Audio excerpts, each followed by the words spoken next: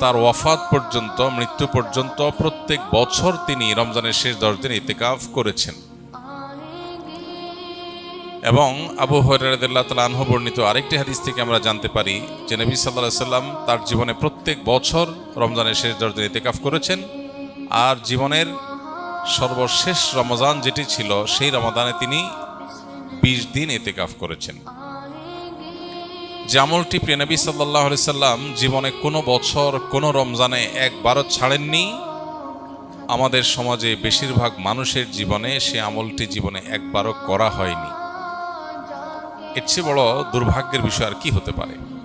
এর চেয়ে বড় হতভাগ্যের বিষয় আর কি হতে পারে? চরম শত্রুর সাথেও তো মানুষের এই বৈপরীত্য থাকে না।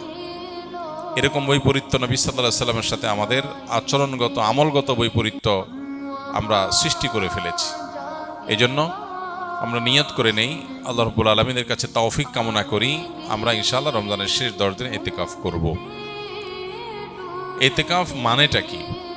ইতিকাফ শব্দের অর্থ কোথাও নিজেকে আবদ্ধ করে ফেলা, নিজেকে বন্দী করে ফেলা।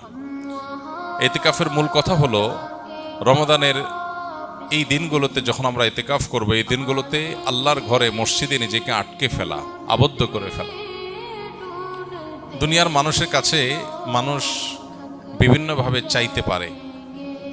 চাওয়ার চরম সীমা হলো, চাওয়ার সর্বোচ্চ লেভেল হলো যে কারোর গেটে গিয়ে বসে পড়া, পাও ধরে বসে পড়া, যে না দেওয়া ছাড়া যাচ্ছি না, যে কোনোভাবে আদায় করার জন্য পণ করা। আল্লাহ রাব্বুল আলামিনের কাছে আমরা সারা বছর দোয়া করি, মুনাজাত করি, চোখের পানি ফেলি, তৌফিক অনুযায়ী কম বা বেশি।